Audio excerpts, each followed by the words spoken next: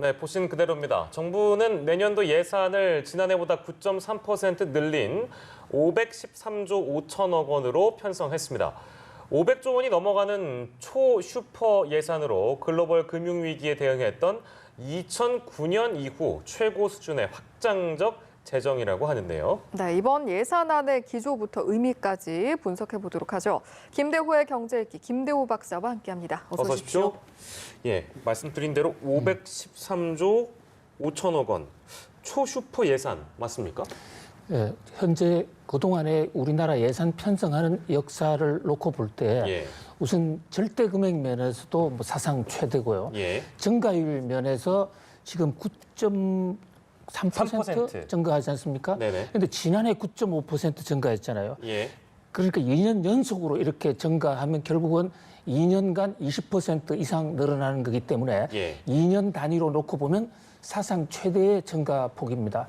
그런 면에서 슈퍼 예산을 넘어서 초슈퍼, 거기다 한 걸음 더 나아가서 울트라, 초울트라 예산 이렇게 볼 수 있을 것 같습니다. 울트라 초슈퍼 예산이라고 말씀해 주셨는데 왜 이렇게 많은 예산을 필요로 할까요? 어떤 배경이 우리가 이따 봐야 되겠습니까?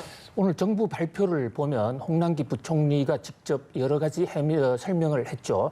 일단 지금 현재 경제 상황이 엄중하고 특히 일본으로부터의 지금 수출 규제 공격을 받고 있는 상황에서 우리나라가 소재, 부품, 장비를 키워야 된다. 이런 면에서 이 산업 부분, 에너지 부분에 대해서 예산을 아주 획기적으로 늘렸습니다. 이제 그런 측면, 그다음에 최근에 지금 우리 거시경제 지표가 상당히 지금 하향 밑으로 자꾸만 내려가고 있기 때문에 이것을 반전시키기 위해서는 정부가 재정을 집중적으로 늘려서 꺼져가는 경기를 좀 살려보자.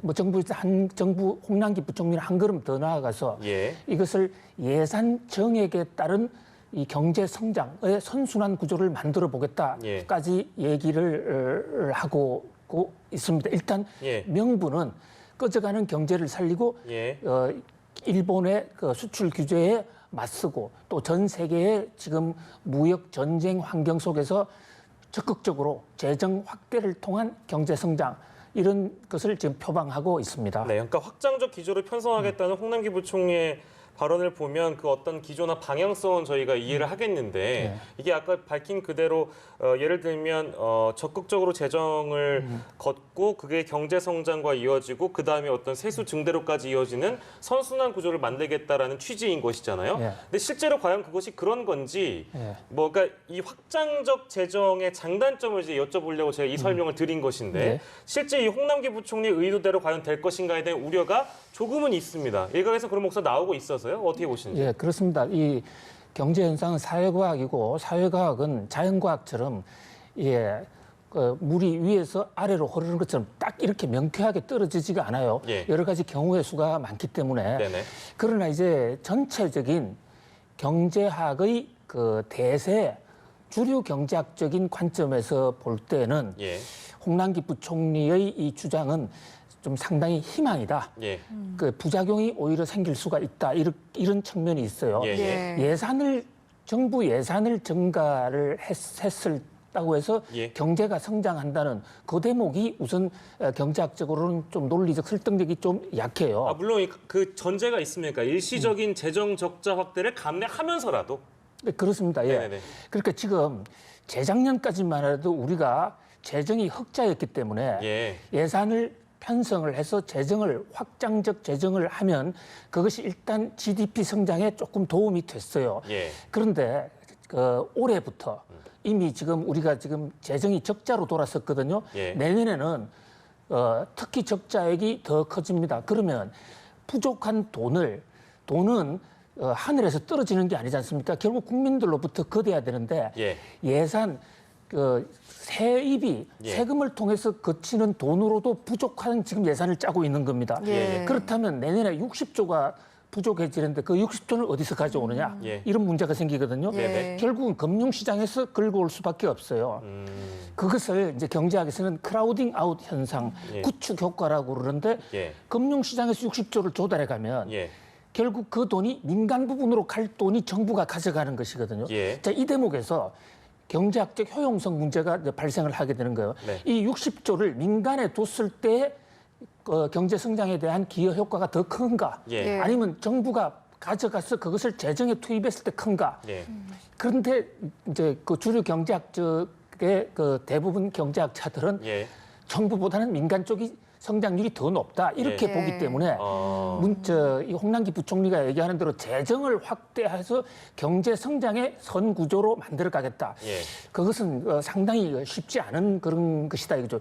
이 재정은 국가 경제가 급격히 꺼진다든지 어느 민간 부분이 예. 도저히 투자하지 않으려고 하는 부분이 있을 때 예. 그것을 정부가 민간에서 돈을 가져와서 집중적으로 투자하는 때에 단기적으로 효과는 분명히 있어요. 네. 이제 그런데 그런 면에서 홍남기 부총리의 뜻은 뭐 좋지만은 예. 현실적으로 그렇게 안 될 가능성도 있다. 네. 이렇게 이런 지적이 있습니다. 네. 방금 말씀하신 내용 중에 부족한 금액을 어디서 끌어올 것인가, 그리고 그것이 시장에는 결과적으로 어떤 영향을 미칠 것인가, 이 부분은 좀 중요한 지점 같아서 저희가 잠시 후에 좀 더 자세하게 네. 짚어보도록 하고요. 일단 다시 돌아와서 513조 원 가량의 예산 어디에 좀 어떻게 쓰였는가를 저희가 짚어봐야 할 것 같은데, 여러 가지 지점이 있지만 그 중에서 어떤 부분이 좀 가장 눈에 띄셨습니까? 그 대목이 가장 중요한 지점인데요. 예. 현재 지금 정부가 예산을 짤 때 12개 항목으로 나누고 있습니다. 네. 그런데 내년도 예산에서는 12개 항목 전부가 다 늘어났기 때문에 예. 어디를 빼고 어디를 줄인다라고 이제 비교하기는 좀 어려워요. 예. 일단 증가율 측면에서 보면 지금 CG 화면에 나오고 있습니다. 산업, 중소기업, 에너지 부분의 예산. 저게 전년 동기 대비로 27%로 가장 많이 늘어났어요. 네. 바로 이제 저 대목이 우리가 성장률을 올려야 되는 일본의 수출 규제에 대응해서 소재, 부품, 장비를 발전시키는데 집중적인 투자를 한다. 이렇게 볼 수가 있어요. 가장 많이 늘어났네요. 예, 그러나 저것은 하나의 퍼센트고 예. 실제로 금액 면에서 어디 늘어났느냐. 저 CG를 한 번 더 봤으면 네. 좋겠는데 한 번 더 보여주세요. 보여주실 수 있을까요? 금액 면에서 얼마만큼 늘어났나 보면 그 밑에 5번째 항목 있죠. 복지 일자리. 복지 일자리 부분의 퍼센트로는 12.8%밖에 늘어나지 근데 않았지만은 20조 원. 금액으로는 20조가 늘어나서 그러네요. 산업 일본 수출 규제 대응보다도 훨씬 더 많은 금액이 늘어났지 않습니까? 예. 지금 복지 일자리는 그러지 않아도 올해 예산이 160조입니다. 예. 저게 20조가 늘어나면 180조가 되는 것이거든요. 예. 예. 그런 면에서 복지를 늘리는 것이 당장의 경제 성장을 이룰 것인가? 거기에 대한 회의적인 시각이 있는 거죠. 예. 물론 그동안에 우리가 복지가 너무 적었기 때문에 소득주도 성장도 해야 되는 측면이 있긴 합니다만은 네. 지금 이렇게 경제가 엄중한 마당에 가장 많은 돈을 복지 일자리에 에 집중시키면서 이것을 경제 선순환 구조로 가져간다는 홍남기 부총리의 말은 좀 앞뒤가 맞지 않는다고 볼 수도 있는 것입니다. 예. 자, 또 하나 늘어나는 것은 지금 CG에는 안 나오는데 교육 예산이 지금 폭발적으로 늘어나요. 내년부터 무상교육 확대하지 않습니까? 예. 그다음에 또 CG 쪽에 나오는 환경 부분에 지금 늘어나는 것은 미세먼지 때문이라고 볼 수 있어요. 예. 한 가지 특이할 것은 SOC 예산입니다. SOC는 사회 적폐다 해서 문재인 정부 들어와서 SOC 예산을 대폭 줄였습니다. 예. 그런데 내년에는 이게 문재인 정부 들어서 사상 처음으로 두 자리 대인 12% 이상 늘어나는 겁니다. 예. 이게 여러 가지 GTX라든지 예. 여러 가지 그런 어떤 사업들이 여러 가지 있다고 볼 수가 있겠죠. 예. 어쨌든 전 분야가 늘어나고 특히 한 분야가 국방 예산인데요. 네네네. 국방 예산이 엄청나게 크게 늘어납니다. 그런데 국방 예산 늘어나는 것은 우리가 전력 정강용이 아니고 예. 사병들 급여가 늘어나는 것이에요. 물론 사병들 급여도 늘어나야 되지만은 예. 현재 우리가 지금 국방을 엄중한 이 국방 사태에 대처하기 위한 예산하고는 조금은 핀트가 조금 어긋날 수도 또 있는 것입니다. 세세 항목 뜯어보면 예. 여러 가지로 좀 눈여겨볼 대목이 있다 이렇게 생각이 됩니다. 예. 조금 돌아와서요. 아까 이제 말씀하신 금융 쪽에서 60조 원을 조달하는 부분이 있잖아요. 그 네. 부분에 대한 얘기를 저희가 좀 해봐야 될 텐데 재원 마련에는 문제가 없는지 또 그 60조 원에 대한 해석은 물론 다를 수 있다고 말씀해 그렇습니다. 주셨습니다. 민간에 60조 원을 두는 것과 정부가 그 60조 원을 땡겨 쓰는 게 경제적으로 봤을 때 어디가 더 좋은가? 그렇습니다. 예. 그 부분을 아까 말씀해 주셨잖아요. 근데 그 해석이 좀 다를 수 있기 때문에 뭐 저희가 좀 시간을 두고 봐야 되겠습니다만 그 문제가 없을까요? 재원 마련은 큰 문제가 없겠습니까? 재원 60조를 마련하는 데는 문제가 없을 것으로 그래요? 보입니다. 그러니까 채권을 발행하면 되거든요. 네네. 자, 국가 채권은 신용 등급이 가장 높기 때문에 예.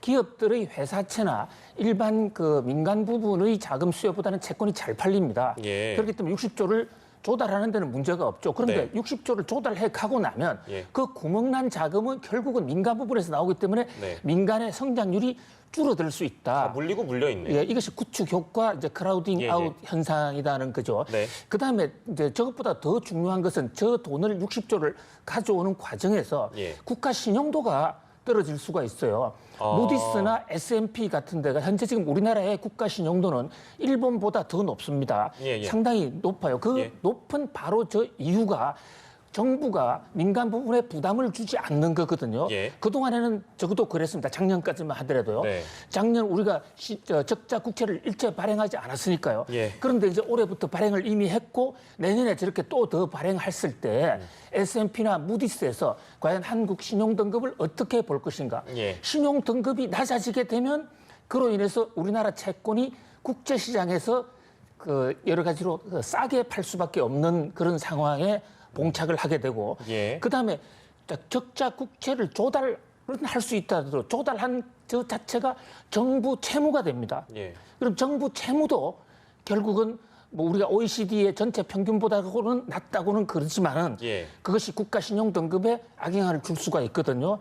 그래서 경제학에는 결코 공짜 정신이 없습니다. 하나를 쓰게 되면 하나가 펑크가 날 수가 있는 거죠. 그래서 어느 쪽을 더 극대화시키느냐 그것이 결국은 경제 정책 선택의 묘고 우리 한 정부의 선택일 수 있죠.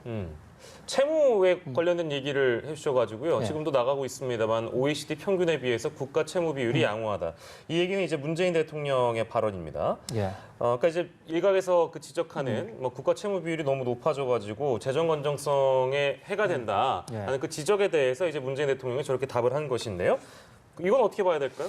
예. 일단 자신감 있는 모습을 보여주셨는데. 예, 그렇습니다. 그리고 이제 국가 채무 지수를 GDP로 비교하는 지수가 예. 국가 채무를 보는 하나의 지표 중에 하나예요. 그게 뭐 전부 절대선이라고는 볼 수가 없고요. 근데 현재 지금 올해 내년도 예산을 513조 5천억으로 했을 경우에 예. 정부 추계에 따르면 내년도 GDP 대비 국가 채무 비율이 39.8%가 되거든요. 예. 그동안에 우리 역대 정부는 심지어 노무현 정부까지도 포함해서 역대 정부는 국가 채무 비율 40%를 마지노선으로 이것은 절대 넘겨서는 안 된다라고 지켜왔습니다. 예. 그런데 이제 내년에 가깝네요. 39.8%가 되면 그 내후년에는 저게 돌파가 되겠죠. 그러니까 우리가 금과 옥조로 지켜왔던 국가 채무 비율 40%가 무너진다. 예. 이제 그런 점이 있는데 국제 금융 사회에서 특히 그 S&P나 무디스 같은 신용평가에서는 저 절대액보다는 늘어나는 속도를 더 매우 중요하게 보고 있습니다. 그런데 지금 최근 2년간 엄청나게 빠른 속도로 증가를 했거든요. 예. 그것이 국가 신용도에 나쁜 영향을 줄 수 있다 예. 하는 점에서 좀 주목이 되고요. 예. 또 하나 국가 채무라는 게 있고 국가 부채라는 게 있어요. 네네네. 우리나라는 국가 채무는 비교적 양호한데 국가 부채는 굉장히 지금 악성입니다. 네. 예. 자, 국가 부채에는 공무원 연금 같은 거 또 공기업 부채가 들어가 있는데 우리나라는 지금 미국에 비해서 공기업이 거의 많지 않습니까? 예. 미국은 공기업이 없는 대신에 근데 공기업 적자가 많단 말이죠. 예. 그것도 공기업이 갚지 못하면 결국 국가 부채가 되는 겁니다. 네. 그런 면에서 채무를 놔두는 비중이 D1이 있고 D2, D3가 있는데 예. D3로 비교한다면 우리나라도 지금 GDP 대비 거의 100%가 넘어요. 예. 그런 면에서 뭐 GDP 비율 D1을 기준으로 할 때는 40%이지만은 예. 그러나 안심할 단계는 아니다 이렇게 볼 수 있습니다. 저희 시간이 좀 부족하긴 한데 짧게 하나만 여쭙자면 그러니까 재정 건전성이 낮아지고 국가 신용도가 떨어지면 예전에 저희 한번 짚어본 적이 있었는데 그렇게 돼서 신용 평가를 잘못 받게 되면 외국인 투자도 더 떨어지고 외국인 자본이 빠질 수 있다. 그렇습니다. 이 우려도 마찬가지로 있는 겁니다. 그렇습니다. 예, 그 대목에서 상당히 우려할 지금 현재 GDP 대비 재정 적자 비율 자체는 예. 39.8%는 OECD 평균보다 낮은 거예요. 예, 예. 그런데 일본이나 미국은 100%가 넘거든요. 일본은 200% 가까이 되는데 일본과 미국하고 단순 비교를 할 수 없는 게 미국은 발권국입니다. 자기들이 IMF 위기 같은 게 올 가능성이 없는 나라예요. 그리고 일본은 채무 비율은 높다고 그러지만 그 채무가 일본 국내 채무입니다. 근데 우리나라는 부족한 돈을 해외에서 빌려오는 해외 채무기 때문에 저 국가 채무 비율이 올라간다면 재정 적자 우려할 수도 있죠. 알겠습니다. 거기까지 좀 듣도록 하겠습니다. 오늘 발표된 이 초슈퍼 예산 513조 원이라고 하네요. 이 부분 저희가 좀 뜯어보고 분석을 해봤습니다. 김대호의 경제읽기 김대호 박사 함께했습니다. 고맙습니다. 고맙습니다.